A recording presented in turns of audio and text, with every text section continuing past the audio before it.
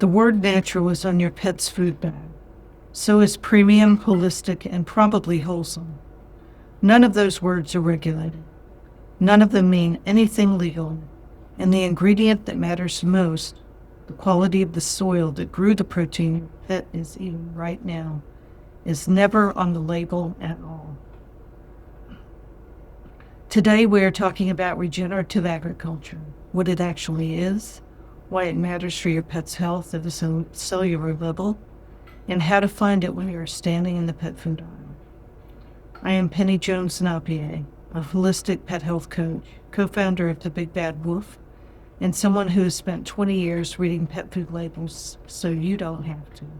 By the end of this video, you will understand the soil-to-gut connection and why it matters for your pet, what regenerative agriculture really means versus what is just marketing, what to look for on labels and from brands, and why this is especially important right now in spring when your pet's gut microbiome is in transition. Let's start with what is not on the label. The AAFCO regulations that govern pet food labeling have specific rules for nutrients, ingredients, and feeding trials, but almost none for how the ingredients were raised or grown. Natural has a loose AAFCO definition that basically means not chemically synthesized. It has nothing to do with farming practices, animal welfare, or soil quality. Holistic is completely unregulated in pet food. No definition, no standard, no third-party verification. Any brand can use it. Even free-range and grain-free are frequently misunderstood. Free-range chicken for pet food does not have the same standards as human food. The requirements are minimal. So labels are not telling you what you need to know. What should you actually be looking for? Regenerative agriculture is a farming approach built on one core idea. Farming should build the land, not deplete it.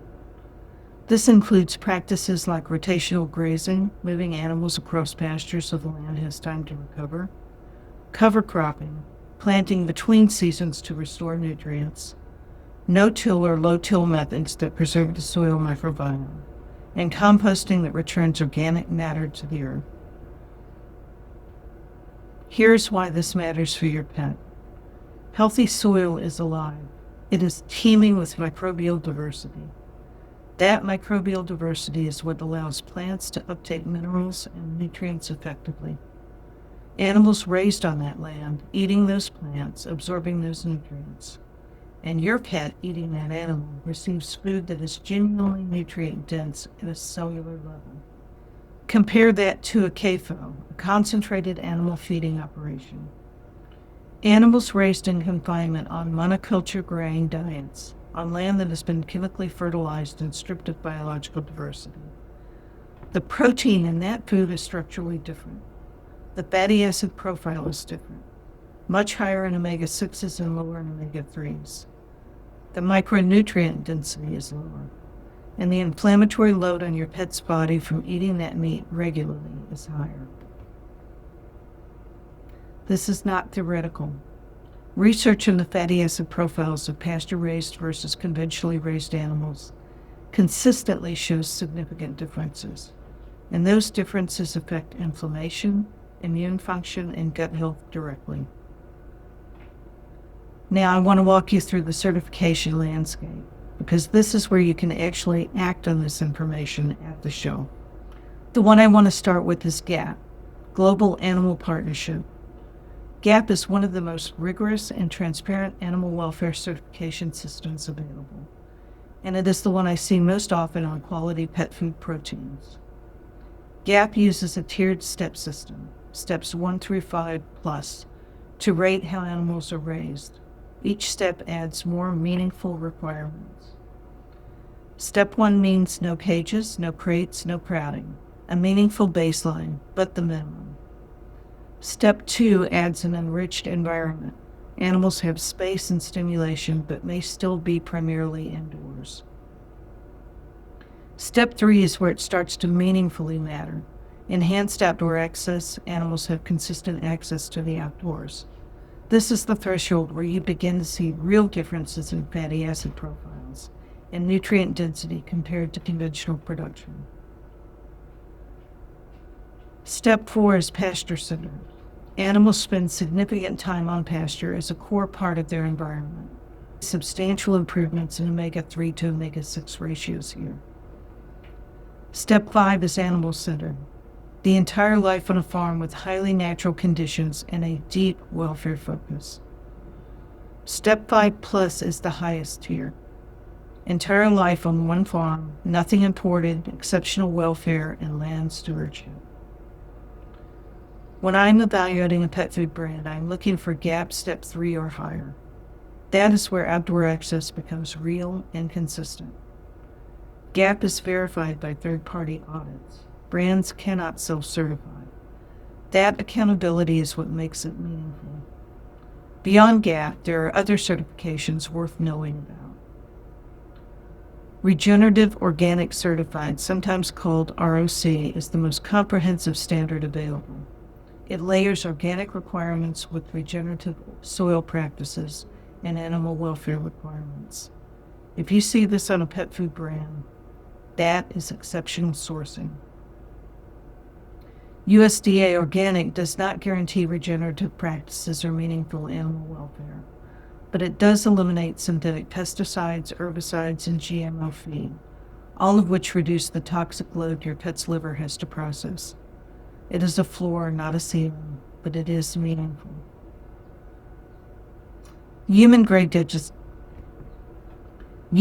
designation means the ingredients were sourced and handled under the same standards required for human food. This is about supply chain integrity, not farming practices per se, but it significantly raises the baseline quality of what goes into the food. Certified Humane has less rigorous outdoor access requirements than GAP, but it is widely adopted and meaningful for basic welfare standards. So how do you use this information at the shelf? Here are the questions to ask, either at your pet store or on a brand's website. What GAP step or equivalent welfare certification applies to your protein sources? Can you tell me specifically where this protein is sourced, farm name or region?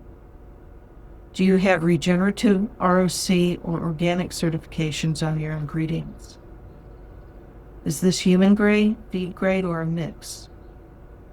And has your sourcing changed in the last year? A store that specializes in holistic pet nutrition, like we do at the Big Bad Wolf, should be able to answer most of these questions. If the staff cannot, that is information. And if the brand's website does not address sourcing at all, that is also information. I want to close with the spring connection because this is what ties everything together. We talked last week about the liver being the organ of spring in traditional Chinese veterinary medicine. The liver's job is to filter, detoxify, and support clean metabolism. When your pet is eating food that is high in inflammatory fats from conventional CAFM sourcing, that burden lands in the liver. When they are eating food from GAP Step 3 or higher animals, food that is mineral dense with a healthier omega-3 to omega-6 ratio and lower in systemic inflammatory load, the liver's job gets easier. The gut microbiome is more diverse and resilient. The immune system is less reactive. Spring is when the body wants to move, detoxify, and renew. Give it food that supports that process rather than adding to the burden. If you want a practical checklist for evaluating your pet's food, what certifications to look for, what to avoid, and how to prioritize when budget is a real factor, that is part of the spring reset inside the Woof Nutrition Members Circle this month. The link is in the description below. Share this with a friend who has been confused by pet food marketing, because all of us have been at some point. Subscribe for more every Tuesday at 2 p.m. I will see you next week.